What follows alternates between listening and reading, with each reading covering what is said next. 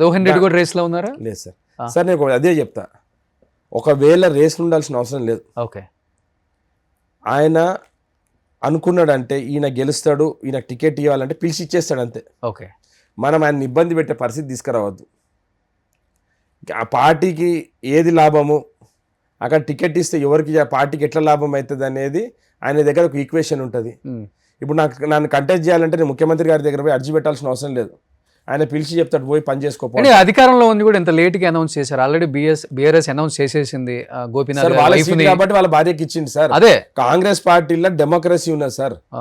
3 పేర్లు పైకి పంపిస్తారు, అక్కడ 3 పేర్లకి ఒక పేరు వాళ్ళు డిసైడ్ చేసి కిందికి వస్తుంది. ఓకే, మాకు పార్టీ నేషనల్ పార్టీ సార్, మాకు హైకమాండ్ ఢిల్లీలో ఉంటారు. 3 పేర్లు మీకు తెలిసే ఉంటుంది.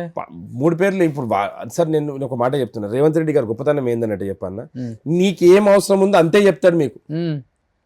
మనకు అవసరం లేదు ఆయన మనం అడగొద్దు అని చెప్పాడు. తెలుసుకోవాలని ప్రయత్నిస్తుంటాం కదా, ఏం అవసరం లేదు, పక్కనే ఉన్నాం కాబట్టి. నాకు అవసరం కూడా ఉంటుంది. ఎందుకంటే నేను ఒక మాట చెప్తాను, ముఖ్యమంత్రి గారు ఇప్పుడు ఏదైనా ఉన్నది అనుకోండి, నేను ఎవరైనా మాట్లాడుతుంటే నేను వెళ్ళిపోతాను రూమ్లోకి. నాకు అవసరం ఏముంది సార్ వాళ్ళ ఇద్దరి మధ్య జరిగిన సంభాషణ వినడం?